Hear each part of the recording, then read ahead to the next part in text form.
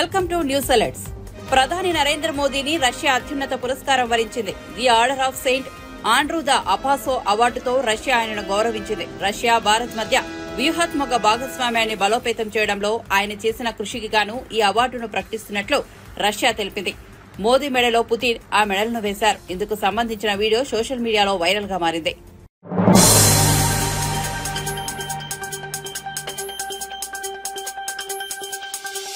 AP CM Chandrababu విద్యుత్ రంగంపై శ్వేతపత్రం విడుదల చేయడం తెలిసిందే. దీనిపై మాజీ మంత్రి వైసీపీ నేత కాకాని గోవర్ధన్ రెడ్డి ధ్వజమెత్తారు. చంద్రబాబు విడుదల చేసిన శ్వేతపత్రం నిండా అబద్దాలని అన్నారు. జగన్ ను విమర్శించడానికి శ్వేతపత్రం తీసుకొచ్చినట్టుందని మండిపడ్డారు. ఎక్కడైనా శ్వేతపత్రం అంటే సంబంధిత రంగంలో ఉన్న స్థితిగతులను వివరిస్తారని, అందుకు భిన్నంగా చంద్రబాబు వైసీపీ ప్రభుత్వంపై విమర్శలు చేయడానికే ప్రాధాన్యత ఇచ్చారని కాకాని పేర్కొన్నారు. అసలు విద్యుత్ రంగాన్ని భ్రష్టు పట్టించిందే చంద్రబాబు అని వ్యాఖ్యానించారు. చంద్రబాబు హయాంలో డిస్కంలు కుప్పకూలాయని తెలిపారు.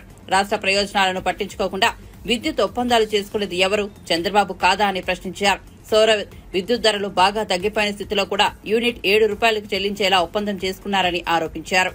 నువ్వు లేనిది ఏంటంటగా ఏదో నువ్వు చెప్పాలనుకున్నటువంటి దాంతో భ్రమలు సృష్టించి ఈ రికార్డ్ అంతా ఎవరి దగ్గర ఉండదులే, నేను ఆడిందే ఆట పాడిందే పాట, కాబట్టి ఇక్కడ వచ్చినటువంటి మీడియా మొత్తం నేను చెప్పింది రాసుకొని పోతారు తప్ప దీన్ని వాస్తవాలు ప్రజలకు తెలియజేయాల్సినటువంటి అవసరం లేదు. కాబట్టి నేను అబద్దాలు మాట్లాడేసి వెళ్ళిపోతే, ఆ అబద్దాలు ప్రజల్లోకి వెళ్ళిపోతే దానికి సంబంధించినటువంటి కొంత అనుకూల మీడియా ప్రచారం చేస్తే సరిపోతుందనేటువంటి దుర్మార్గం అనేటువంటి ఆలోచన తప్ప ఈ వాస్తవాలు కాదు అని చెప్పి నువ్వు ఆధారాలతో సహా నిరూపించే రోజు నీ ప్రభుత్వం ఉంది.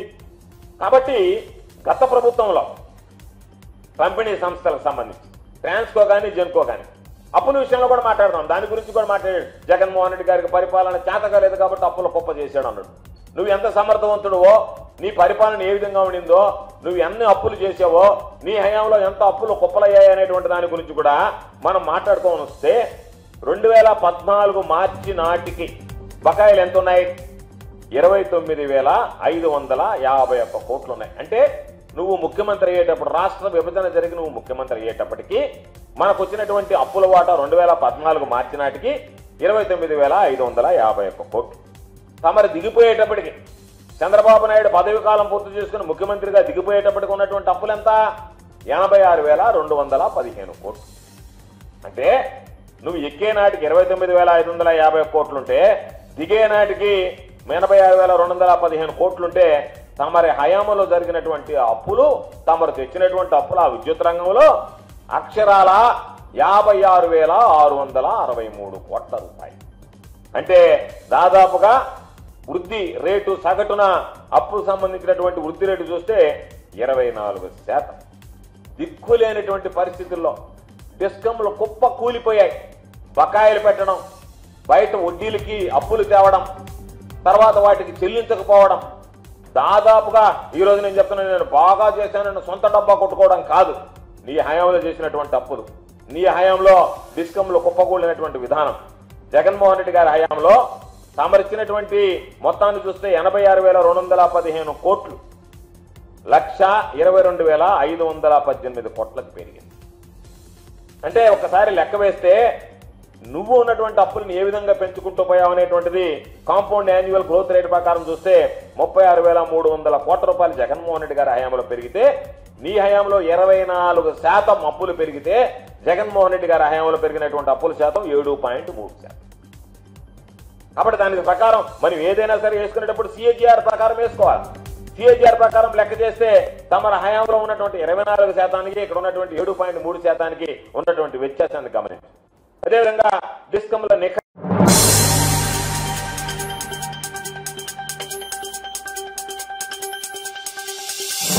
పోటీ పరీక్షల అభ్యర్థుల సమస్యల పరిష్కారానికి తామంతా కృషి చేస్తున్నామని ప్రొఫెసర్ కోదండరాం అన్నారు. పోటీ పరీక్షల అభ్యర్థులు ఎదుర్కొంటున్న సమస్యలను ప్రొఫెసర్ హరగోపాల్ తో కలిసి టీజీపీఎస్సీ చైర్మన్ మహేందర్ రెడ్డి దృష్టికి తీసుకెళ్లినట్టు చెప్పారు. విద్యార్థుల్లో నెలకొన్న ఆందోళన, ఆవేదన గురించి వివరించినట్టు తెలిపారు.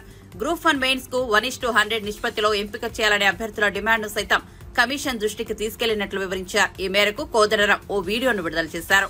పోటీ పరీక్షల అభ్యర్థులు ఎదుర్కొంటున్నటువంటి సమస్యల మీద ఇవాళ ప్రొఫెసర్ హరగోపాల్ గారితో పాటు నేను కూడా వెళ్లి ఆ సమస్యలన్నింటినీ కమిషన్ చైర్మన్ శ్రీ మహేందర్ రెడ్డి గారి దృష్టికి తీసుకొని వెళ్ళినాం. మహేందర్ రెడ్డి గారు అన్ని విషయాలపైన మేము మాట్లాడినవి చాలా సీరియస్గా విన్నారు. చాలాసేపు ప్రొఫెసర్ హరగోపాల్ గారు విద్యార్థుల్లో ఉన్నటువంటి ఆవేదన ఆందోళన గురించి వివరించారు. పోస్టులు మళ్ళీ వస్తాయో రావో అనే భయం ఒకవైపు, తర్వాతనేమో ఇప్పుడు ఉన్న పరిస్థితుల్లో తమ పరీక్ష రాయటానికి ఎదుర్కొంటున్న ఇబ్బందుల గురించి వివరించి మరి సమస్యలకు పరిష్కారం అడిగారు. గ్రూప్ 1లో కొంత సంఖ్య పెంచటం, నిష్పత్తిని 1:100 పిల్లలు అడుగుతున్న విషయాన్ని చైర్మన్ గారికి వివరించారు. 1:100 ఇవ్వటానికి అవకాశాలను పరిశీలించాలని కూడా గట్టిగా కోరిండ్రు. వారితో పాటు నేను కూడా ఈ విషయాలపై మాట్లాడినా. అట్లాగే డిఎస్సిను గ్రూప్ 2కు మధ్యన ఎక్కువ సమయం లేనందున డిఎస్సిని కొంత వాయిదా వేయాలనేటువంటి మాట కూడా వారికి చైర్మన్ గారికి వివరించడం జరిగింది. ఈ 2 పరీక్షలను కొంత వాయిదా వేసి మధ్యన వ్యవధి ఉండేటట్టు చూడగలిగితే అప్పుడు పిల్లలకు న్యాయం జరుగుతుందనే మాట మేము స్పష్టంగా చెప్పినాం. వీటన్నింటి మీద చైర్మన్ గారు కూలంకుషంగా చర్చించి ఆలోచించి నిర్ణయం తీసుకుంటామనే మాట మాకు చెప్పింది. ఆ మాట మీ అందరికీ కూడా, విద్యార్థులందరికీ కూడా మేము చెప్పదలిచింది ఏంటంటే, సమస్యల మీద మేము క్రియాశీలకంగా స్పందిస్తూ ఉన్నాం.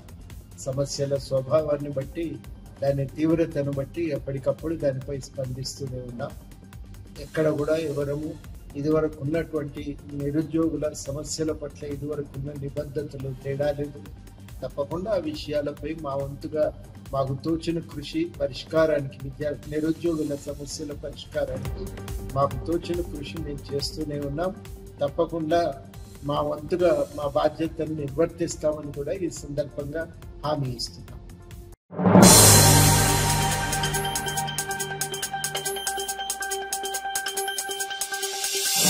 ఇంద్రకీలాద్రిపై కొలువైన కనకదుర్గమ్మను తెలంగాణ రాష్ట ఉప ముఖ్యమంత్రి బట్టి విక్రమార్క, మంత్రి శ్రీధర్ బాబు దర్శించుకున్నారు. వేద పండితులు వారికి ఆలయ మర్యాదతో స్వాగతం పలికారు. అమ్మవారికి ప్రత్యేక పూజలు చేయించిన తర్వాత ఆశీర్వచనం చేశారు. అనంతరం అమ్మవారి చిత్రపటం, శేష వస్త్రాలు, ప్రసాదాలు అందజేశారు.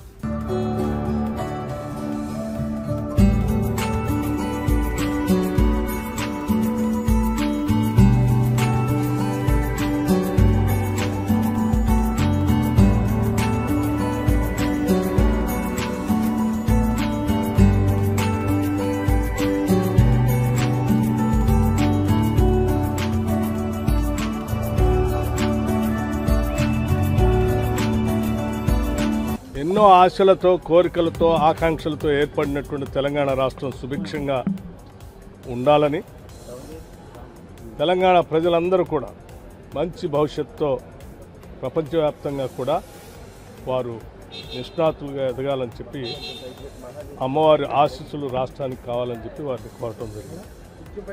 అట్లాగే ప్రపంచవ్యాప్తంగా ఉన్నటువంటి తెలుగు వాళ్ళందరూ కూడా గొప్పగా వారి జీవితాల్లో వెలిగేటట్టుగా, చల్లగా చూడాలని చెప్పి, వర్షాలతో, పాడి పంటలతో సుభిక్షంగా ఉండాలని వారి ఆశీస్సులు కోరటం జరిగింది.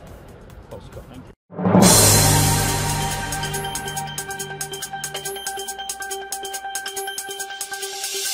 మల్కంపేట ఎల్లమ్మను కేంద్ర మంత్రి కిషన్ రెడ్డి దర్శించుకున్నారు. అమ్మవారి కళ్యాణ మహోత్సవం వైభవంగా సాగుతోందన్న కిషన్ రెడ్డి ఏర్పాట్లు చాలా బాగున్నాయన్నారు. ఎలాంటి ప్రకృతి వైపరీత్యాలు, అనారోగ్యాలు లేకుండా చూడాలని మొక్కుకున్నారన్న కేంద్ర మంత్రి పంటలు బాగా పండి ప్రజలు సంతోషంగా ఉండాలన్నారు. కేంద్రం తరపున ఆలయ అభివృద్దికి 4.5 కోట్ల నిధులు మంజూరు చేశామన్న ఆయన త్వరలో ఆ నిధులకు సంబంధించి అభివృద్ది కార్యక్రమాలు చేపట్టాలని రాష్ట్ర ప్రభుత్వాన్ని కోరుతామన్నారు. మల్కంపేట అమ్మవారి కళ్యాణ సందర్భంగా ఈరోజు వస్తున్నటువంటి భక్తులకు అందరూ కూడా హృదయపూర్వకమైనటువంటి శుభాకాంక్షలు. ఉదయం నుంచి కూడా మనం చూస్తూ ఉన్నాం, ఎంతో భక్తి శ్రద్ధలతో, ముఖ్యంగా మహిళలు, యువకులు చాలా పెద్ద ఎత్తున అమ్మవారి దర్శనానికి వస్తూ ఉన్నారు.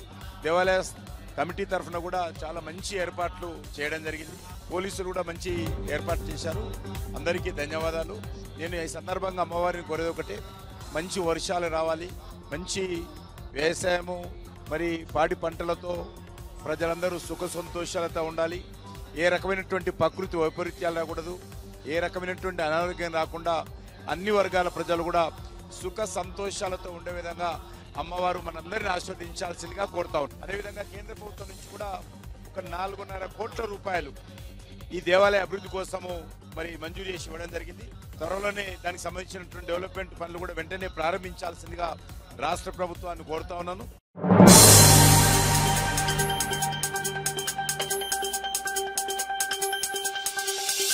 ఉచిత ఇసుక పంపిణీపై తీవ్ర విమర్శలు చెలరేగుతున్నాయి. చంద్రబాబు ప్రభుత్వం చెప్పిందొకటి చేస్తున్నది మరొకటని ప్రత్యర్థులు మండిపడుతున్నారు. ఉచిత ఇసుక అంతా ఉత్తుత్తునే అని వైసీపీ నేతలు మండిపడుతున్నారు. ఉచిత ఇసుక అంటూ ఎన్నికల ముందు చంద్రబాబు, పవన్ కళ్యాణ్ విస్తృతంగా ప్రచారం చేసి అధికారంలోకి వచ్చిన తర్వాత పచ్చి మోసానికి పాల్పడుతున్నారని వైసీపీ విమర్శిస్తోంది. ఈ నేపథ్యంలో వైసీపీ మాజీ ఎమ్మెల్యే టీజేఆర్ సుధాకర్ బాబు మీడియాతో మాట్లాడుతూ చంద్రబాబు మరోసారి ప్రజల్ని మోసం చేశారని ఆరోపించారు. ఉచిత ఇసుక పంపిణీ ఉత్తుత్తుదే అని ఆయన ఆరోపించారు. స్టాక్ యార్డుల వద్ద ప్రభుత్వమే ఫ్లెక్సీలు పెట్టి మరీ ఇసుక విక్రయిస్తోందన్నారు. ఇది ఎలా ఉచిత ఇసుక పంపిణీ అవుతుందని ఆయన ప్రశ్నించారు. రీచ్ల దగ్గర వసూలు చేసే డబ్బంతా ఎవరి జేబుల్లోకి వెళ్తోందని సుధాకర్ బాబు ప్రశ్నించారు. తదుపరి 2016లో ఈ విధానాన్ని సమీక్ష చేయడం కోసం ఒక సబ్ కమిటీని వేసి మంత్రులతో వాళ్ళతో రికమెండేషన్స్ అడిగారు. ఏ పాలసీ అయితే కరెక్ట్ గా ఉంటుంది, పైన పేర్కొన్న 2 పాలసీల్లో మనం సరిగ్గా నిర్వహించలేకపోతున్నామని చంద్రబాబు నాయుడు గారి ప్రభుత్వం 2016లో ఒక సబ్ కమిటీని వేస్తే సబ్ కమిటీ సిఫార్సులు పరిగణలోకి తీసుకుని 2016 జనవరి 15వ తారీఖున మరో జీవో వచ్చింది. 3వ జీవో ఎప్పటికండి 2016 14లో పరిపాలించడం మొదలెట్టిన తర్వాత ఒక్క ఇసుక విధానం మీదనే 3 రకాల జీవోలు ఇచ్చిన చరిత్ర చంద్రబాబు నాయుడు గారిది. 2016 జీవోలో ఏం చెప్పారు? టెండర్ కమ్ ఈ యాక్షన్ నిర్వహించాలని జీవోలో పేర్కొన్నారు. సరే, దాని మీద ఉన్నారా అంటే లేరు. అనూహ్యంగా కేవలం 2 నెలల పరిధిలోనే దీన్ని కూడా పక్కన పెట్టేశారు. అంటే ఏ సబ్ కమిటీ ద్వారా మంత్రుల సబ్ కమిటీ ద్వారా రికమెండేషన్స్ ఇచ్చారో ఆ సబ్ కమిటీల యొక్క రికమెండేషన్ ద్వారా వచ్చిన జీవోను పక్కన పెట్టేసి మళ్ళీ ఉచితంగా ఇచ్చేద్దామని మార్చి 4, 2016 ఒక మెమో వచ్చేసింది. పూర్తిగా ఉచితం చేద్దామని అనుకున్నారు. జీవో నెంబర్ 43 అండి అది. దీనికి అనుగుణంగా ఏప్రిల్ 6, 2016 జీవో నెంబర్ 43 జారీ చేసింది తెలుగుదేశం పార్టీ. అంటే అది 4వ జీవో. 2014 నుంచి 2016 ఏప్రిల్ లోపల 4 రకాల జీవోలు ఇచ్చి చిట్ట చివరికి ఏం చేశారంటే న్యాయసమ్మతం లేకుండా, కసరత్తు లేకుండా ఈ విధమైన నిర్ణయాలను తీసుకుని వాళ్ళు చేసుకుంది ఏంటంటే ఇక ఏ జీవో లేదు, ఏ పర్యవేక్షణ లేదు, పూర్తిగా ఉచితం చేద్దామని నిర్ణయానికి వచ్చి ఆ ఉచితమైన రీచ్లన్నిటినీ ఎమ్మెల్యేలకు, తెలుగుదేశం పార్టీ నాయకుల చేతుల్లోకి అప్పజెప్పి పూర్తిగా ఇది వైలేషన్ జరిగితే ఉచిత ఇసుక పేరిట రాష్ట్రంలో అక్రమంగా ఇసుక తవ్వకాలు జరుగుతున్నాయని గౌరవ హైకోర్టు మిమ్మలను పలు సందర్భాల్లో హెచ్చరించిన మాట నిజమా కాదా? 2014-19 కాలంలో మీరు పరిపాలించినప్పుడు మీరు వైలేషన్ చేస్తున్నారని హైకోర్టు వారు మిమ్మల్ని హెచ్చరించిన మాట నిజమా కాదా? ఉచితం పేరుతో సహజ వనరులు పూర్తిగా దోసేసుకుంటున్నారని, ప్రైవేటు వ్యక్తులు ఉచిత ఇసుక విధానాన్ని మాటున దోపిడీకి పాల్పడుతున్నారని నేషనల్ గ్రీన్ ట్రిబ్యునల్ పేర్కొన్న మాట నిజం కాదా అని చెప్పి అడుగుతున్నాం. 2016-19 కాలం మధ్యలోనే దాదాపుగా 1000కి పైగా అక్రమ కేసులు నమోదైనాయి మన రాష్ట్రంలో. ఇది కేవలం గోరంతే. అంటే వివిధ రకాల్లో జీవోలు మార్చుకుంటూ వచ్చి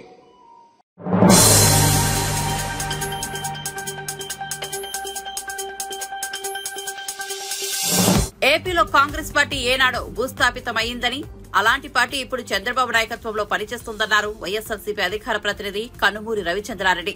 వైఎస్ఆర్ జయంతి వేడుకల పేరిట కాంగ్రెస్ పార్టీ చేసిన హడావిడిని రవిచంద్రారెడ్డి ఎండగట్టారు.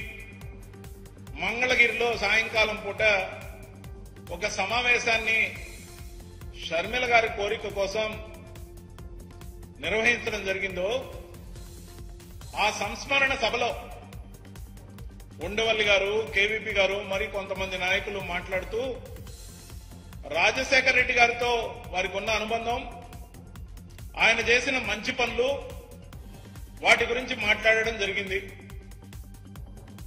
అంతేకాకుండా కొందరు ఒక అడుగు ముందుకు వేసి తిరిగి కాంగ్రెస్ పార్టీ ఆంధ్రప్రదేశ్ లో మళ్లీ లేచి నిలవాలని కోరుకోవడం జరిగింది. కానీ వాళ్ళందరూ కన్వీనియంట్ గా మర్చిపోయిన ఒక అంశం ఏదైతే ఉందో, విభజన చట్టం ద్వారా ఆంధ్రప్రదేశ్ ని అన్ని విధాలుగా నడ్డి విడిచిన కాంగ్రెస్ పార్టీ ముఖ్యంగా ఆంధ్రప్రదేశ్ లో భూస్థాపితమైంది కాబట్టి, దానికి జవసత్వాలు లేని పరిస్థితి వచ్చింది కాబట్టి దాన్ని ఎలాగైనా మళ్లీ లేచి నడిచేలా చేయాలనే వాళ్ల తాపత్రయం తప్పు కానప్పటికీ ఆచరణ సాధ్యం కాని విషయంగా మనందరికీ తెలుసు. స్వర్గీయ వైఎస్ఆర్ గారి గురించి ప్రతి ఇంట్లో ఏ విధంగా అయితే ఈరోజు ఆయన చిత్రపటాన్ని నమస్కరించుకుని వాళ్ళ భవిష్యత్తుకు బాటలు వేసిన నాయకుడిగా కీర్తిస్తూ ముందడుగు వేస్తున్నారో, అదేవిధంగా ఈ రోజున ఆయన వారసుడిగా వైఎస్ జగన్మోహన్ రెడ్డి గారు స్థాపించిన వైఎస్ఆర్సీపీ పార్టీ ప్రజల్లో అంతగా వేళ్లూనుకుని అనేక సంక్షేమ కార్యక్రమాలు, తండ్రి ఓ 4 పథకాలతో చిరస్థాయిగా నిలిచిపోతే కొడుకుగా అనేక సంక్షేమ కార్యక్రమాలతో పాటు ఒక్క రూపాయి అవినీతికి తావు లేకుండా 2,70,000 కోట్ల రూపాయలు సంక్షేమ పథకాల ద్వారా పేద ప్రజల్ని కులం, మతం, ప్రాంతం, పార్టీ, వర్గాలు చూడకుండా పేద ప్రజలందరూ నా వాళ్ళు, పేదల కోసం నేనున్నా.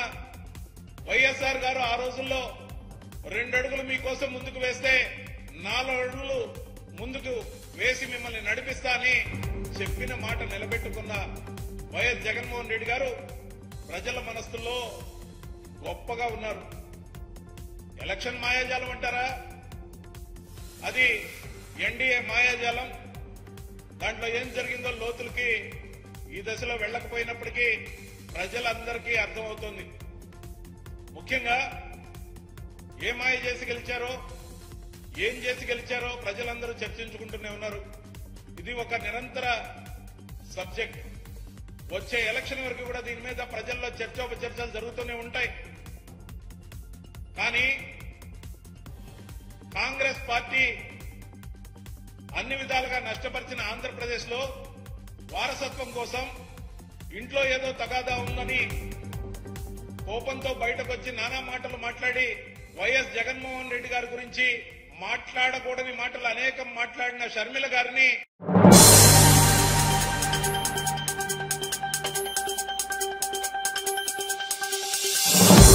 వివాహేతర సంబంధం ఒకరిని బలి తీసుకుంది. మదనపల్లి డీఎస్పీ ప్రసాదరెడ్డి వివరాలు. నిమ్మనపల్లి దివిటివారిపల్లె వద్ద గత నెల 27న మహిళ హత్యకు గురైంది. మృతురాలు పలమనేరు నాగులరాళ్ల వీధి గణపతి భార్య భారతిగా గుర్తించారు. నెల్లూరు జిల్లా కోవూరుకు చెందిన రవితో వివాహేతర సంబంధం ఉండటంతో ఆమె భర్త హత్య చేశాడు.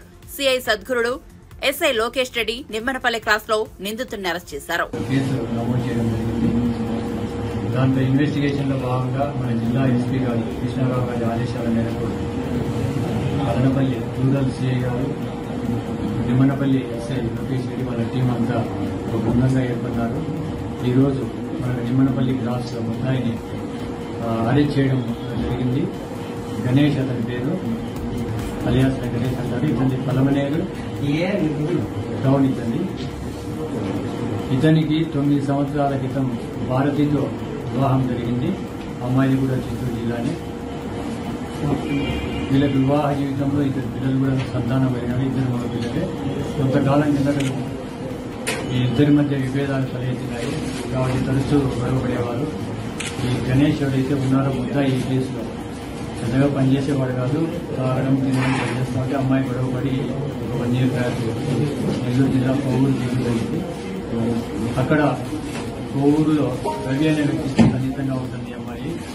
ఇతనికి మరింత అనుమానం బలపడి అమ్మాయిని ఎలా అయినా సరే చంపాలని నిర్ణయించుకున్నాడు గణేష్. పిల్లలను తోడు రామని చెప్పేసి ఈ మధ్యకాలంలో ఫోన్ చేయడం జరిగింది. ఆ క్రమంలో ఈమె భారతి పిల్లలు తీసుకుపోయడానికి 20వ తేదీ ఆమె చౌడేపల్లికి రావడం జరిగింది. చౌడేపల్లి నుంచి గణేష్ తాను తరచుగా అంటే ఈ చేపల వేటకు పోతా ఉంటాయి. చేపల వేట పలమనేరు చెరువులో, పలమనేరు చుట్టుపక్కల ఉన్న చెరువులలో, నిమ్మనపల్లి చుట్టుపక్కల ఉన్న చెరువులలో చేపల వేట చేయడం, చేపలు పట్టుకోవడం, చేపలు అమ్ముకోవడం, తినడం ఇవన్నీ చేస్తుంటాడు. కాబట్టి అతను తరచుగా పరిచయం ఉన్నట్టు ప్రాంతం ఈ డ్యూటీవారిపల్లికి 27వ తేదీ అమ్మాయిని మోటార్ సైకిల్ తీసుకుని అక్కడ రామాంజనేయుడి యొక్క పొలంలో కూలిపాకలో ఈ అమ్మాయిని ఒక పథకం ప్రకారం అక్కడ మాట్లాడుకుంటూ ఉండగా అకస్మాత్తుగా దాడి చేసి కత్తితో గుండు చంపడం జరిగింది. ఆ క్రమంలో రామాంజనేయుడు ఆ పొలం సంబంధించిన వ్యక్తి రాత్రి పొలానికి నీళ్లు కట్టుకోవడానికి వచ్చాడు. ఆయన గడ్డికి నీళ్లు వదలడానికి వచ్చాడు. ఆ క్రమంలో గొడవ జరుగుతుంటే అతను ఎవరు ఇక్కడ ఉన్నారని చెప్పేసి అరుస్తూ వాళ్ళ దగ్గరికి పోవడం జరిగింది. ఎవరో పట్టుకోవడానికి వస్తున్నారని చెప్పేసి అతని మీద కూడా ఇతను దాడి చేయడం జరిగింది. అతను కూడా ఇంజరీస్ అయ్యాయి. అయితే అతను రికవరీ డిశ్చార్జ్ అయ్యాడు. అతన్ని కూడా విచారించడం జరిగింది. ఈరోజు ఈ ముద్దాయిని మనం కోర్టులో హాజరు పెట్టబోతుంది. ఏం లేవు, కేవలం ఇతను తాగుడుకు అలవాటైపోయి పనులు చేయడం చేత కాక ఇదే ఫస్ట్ నేరం సార్. వెనుకండి ఇంకా కొంచెం సార్ ఇక్కడ చూడండి సార్, ఒక ఫోటో తీసుకోండి సార్. చూడండి సార్, ఇక్కడ చూడండి సార్.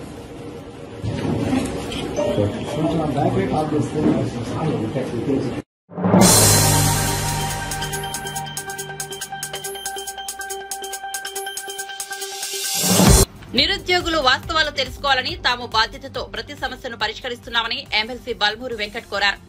గాంధీభవన్లో ఆయన మీడియాతో మాట్లాడారు. నిరుద్యోగుల సమస్యలకు తమ ప్రభుత్వం విడుదల చేసే జాబ్ క్యాలెండర్ పరిష్కారం చూపుతుందని తెలిపారు. అదనపుగా ఆ పోస్టులను యాడ్ చేసి ఏదైతే 5,000 ఉన్న పోస్టులని 11,062 11,062 పోస్టులతోటి ఏదైతే సంబంధించి కొత్త డిఎస్సిని కూడా స్పష్టంగా ప్రకటించడం జరిగింది. కొత్త డిఎస్సిని ప్రకటించినప్పుడు కూడా మొదటగా డిఎస్సి ఏదైతే సంబంధించి ఆల్రెడీ టెట్ కండక్ట్ చేసి ఉండే డిఎస్సిని ఏదైతే యాడ్ చేసి డిఎస్సిని కండక్ట్ చేయడానికి ఏదైతే మే 28కి వెళ్ళి జూన్ మే మంత్ లో డిఎస్సిని కండక్ట్ చేస్తామని చెప్పి ఫ్రెష్ నోటిఫికేషన్ ఫిబ్రవరి మంత్ లో ఇచ్చి ఫిబ్రవరి మంత్ లో 2/9/24 29 ఫిబ్రవరి 2024 కొత్త డిఎస్సి నోటిఫికేషన్ పోస్టులను పెంచి కొత్త నోటిఫికేషన్ ఇవ్వడం జరిగింది. ఇచ్చిన దాంట్లో కూడా మే మంత్ లో డిఎస్సిని కండక్ట్ చేస్తామని చెప్పి ఆ డేట్స్ కూడా చెప్పడం జరిగింది. మే ఎండింగ్కి వెళ్ళి జూన్ ఫస్ట్ వీక్ వరకు డిఎస్సి ఉంటుందని చెప్పి స్పష్టత ఇచ్చారు.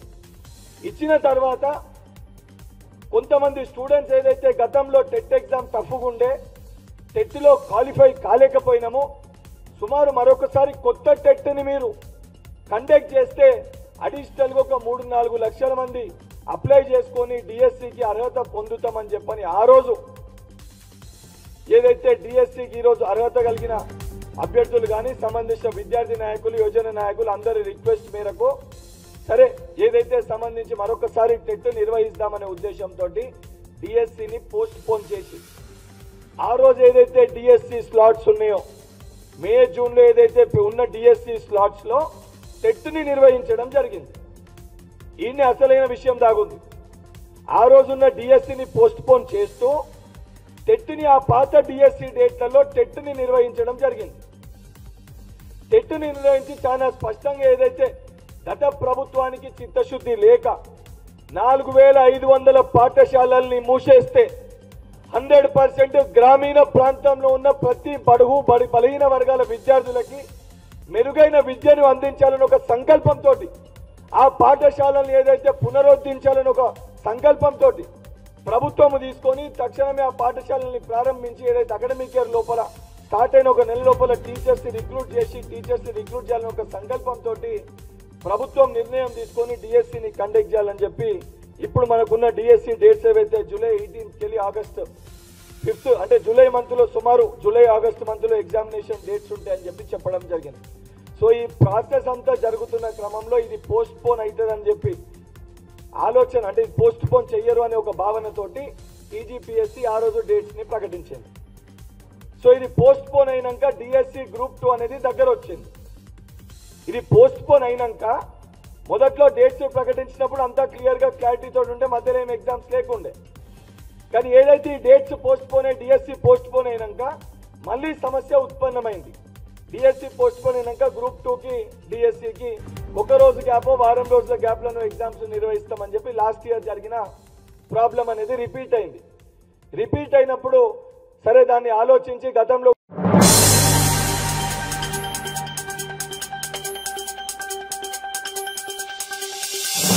వైసీపీ ప్రభుత్వ హయాంలో టీడీఆర్ బాండ్ల భారీ కుంభకోణం జరిగిందని టీడీపీ రాష్ట్ర కార్యదర్శి బుద్ధా వెంకన్న ఆరోపించారు. మంగళవారం మంగళగిరిలో డీజీపీ ద్వారకా తిరుమలరావును కలిసి ఫిర్యాదు చేశారు. తగిన ఆధారాలున్నాయని సీఐడీతో విచారణ జరిపి చర్యలు తీసుకోవాలని కోరారు. అనంతరం బుద్ధా వెంకన్న మాట్లాడుతూ టీడీఆర్ బాండ్ల పేరిట వేల కోట్లు దోచుకున్నారని, ఇందుకు మాజీ సీఎం జగన్ సూత్రధారి అని పేర్కొన్నారు. ప్రభుత్వం భూముల ధరలు పెంచుతున్న చోట ప్రభుత్వ స్థలం గజం 2,000 ధరతో ఎకరెకరాలు వైసీపీ నేతలు కొనుగోలు చేసి 30,000కు విక్రయించారన్నారు. భూముల కొనుగోలు చేసి బాండ్లను జారీ చేశారని, సీఎం పేషీ నుంచి కలెక్టర్లపై ఒత్తిడి తెచ్చి భూముల ధరలను పెంచేశారని తెలిపారు. కూటమి ప్రభుత్వంలో మంత్రి నారాయణ వచ్చాక ఈ కుంభకోణం బయటపడిందన్నారు. జగన్ దోచుకున్న లక్షల కోట్లను తిరిగి ప్రభుత్వానికి కట్టించేంత వరకు తన పోరాటం ఆగదన్నారు. జగన్మోహన్ రెడ్డిని ఈ కేసులో మేము కోరింది ఏంటంటే, జగన్మోహన్ రెడ్డిని సిఐడి కస్టడీకి తీసుకోండి. ముందు దీని మీద విచారించి కస్టడీకి తీసుకోండి. కస్టడీకి తీసుకొని మళ్ళీ విచారించండి. అప్పుడు నిజాలు వస్తాయని మేము చెప్పడం జరిగింది. ఆయన కూడా డీజీపీ గారు చాలా చక్కగా ఈ విషయం మీద స్పందించి వెంటనే ఆయన సిఐడికి రాశారు. కాబట్టి మీరు ఇంకేదైనా ఉంటే దీని మీద డీజీపీ గారిని అడగాల్సిందిగా కోరుతున్నాం. అయితే ఈ కేసు నిగ్గు తేల్చే వరకు కూడా ఈ టీడీఆర్ బాండ్ల విషయమై పోరాటం మాత్రం చేస్తూనే ఉంటాం. చెప్పారు సిఐడికి బదిలాయించారు. మీరు కూడా డీజీ గారిని అడగండి. అది క్లియర్ కట్గా ఇప్పుడు మీకు ఎంత వివరంగా చెప్పాను. ఒక స్థలం ఎలా కావాలి, ఎలా తీసుకున్నారు, ఎంత కొన్నారు, వాళ్ళు ఆ స్థలం వాల్యూ పెంచాలంటే ఎవరు చెప్తే పెంచుతారు, అలాగే ఆ స్థలాన్ని ఎన్ని రేట్లు ఇచ్చారు, ఇవన్నీ నేను వివరంగా చెప్పాము, వివరంగా రాశాము. మీకు ఇప్పుడు వాట్సాప్లో మా సీను మీకు ఆయనకి ఇచ్చినటువంటి కాపీని కూడా మీ అందరికీ పెడతాము. దీని మీద మీడియా కూడా తప్పకుండా ఎంక్వైరీ చేయాలి. ఇదేంటంటే కనబడిన కుంభకోణం, మీకు లెక్కరు కనబడుతుంది, అలాగే ఇసుక కనబడుతుంది, గ్రానైట్ కనబడుతుంది, లేదా తక్కువ రేట్లు భూములు కొని పేదలకి మురిగిగా ఇచ్చే కనబడుతుంది. ఇది ఎవరికి కనబడిన కుంభకోణం. ఇది అల్లావుద్దీన్ అద్భుత దీపం లాంటిది. ఇది ఈ కుంభకోణం జగన్ అల్లావుద్దీన్ అద్భుత దీపంలా చేశాడు. అసలుకి ఎవరికి తెలియని కుంభకోణం. దీని మీద తప్పకుండా పోరాటం చేయాలి. దానికి సంబంధించిన మొత్తం మేము రిపోర్టులు రాసిచ్చాము. ఆల్రెడీ రేపటి నుంచి వాళ్ళు పనిలో దిగుతారు. సిఐడికి నా ఎదురుగా రిఫర్ చేస్తామని డీజీపీ గారు చెప్పారు. డీజీపీ గారు ఆషామాషి మంచి కాదు. డీజీపీ గారు చెప్పారు, మీరు కావాలంటే డీజీపీ గారిని కనుక్కోండి. ఈ విషయం మాత్రం తేలే వరకు కూడా నా పోరాటం జరుగుతూనే ఉంటుంది. ఏ ఏరియాలో జరిగిందో, ఎక్కడ చేశారో ఆ ఏరియాకి కూడా వెళ్తారు. తిరుపతిలో జరిగింది, తాడేపల్లిగూడెంలో జరిగింది, వైజాగ్లో జరిగింది, ఎన్ని ఏరియాల్లో జరిగిందో అన్ని ఏరియాల్లోకి వెళ్ళి మీ మీడియా మిత్రులను తీసుకెళ్ళి అక్కడ లోకల్ వాళ్ళతో కూడా మాట్లాడి, ఇది 1000 కోట్ల కుంభకోణం అండి. ఇది ల్యాండ్ కాదు మీకు ఇచ్చింది, ల్యాండ్ వాళ్ళు కొని ఆ ల్యాండ్ ప్రభుత్వం తీసుకొని